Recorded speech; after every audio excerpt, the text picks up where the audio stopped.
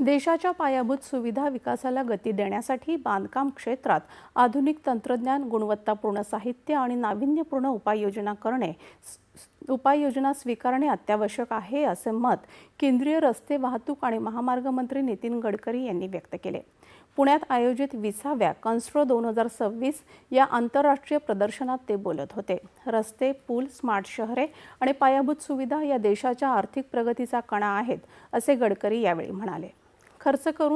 खर्च कमी करून टिकाऊ, दीर्घकालीन आणि पर्यावरणपूरक बांधकामावर भर देणे गरजेचे आहे. नव्या तंत्रज्ञानाचा वापर केल्यास वेळ, खर्च आणि गुणवत्ता या तिन्ही बाबींमध्ये लक्षणीय सुधारणा साधता येईल, असेही ते म्हणाले. बांधकाम क्षेत्रात नव्या साहित्याचा वापर, कचऱ्यापासून इंधन, पुनर्वापरक्षम संसाधने आणि हरित ऊर्जेच्या उपाययोजना यावर गडकरी यांनी भर दिला.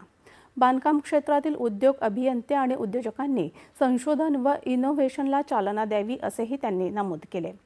Pune construction engineering research foundation PCERF, Pune महानगर प्रदेश विकास प्राधिकरण PMRDA व पिंपरी चिंचवड महानगरपालिका यांच्या संयुक्त विद्यमाने या प्रदर्शनाचं आयोजन करण्यात आलं आहे.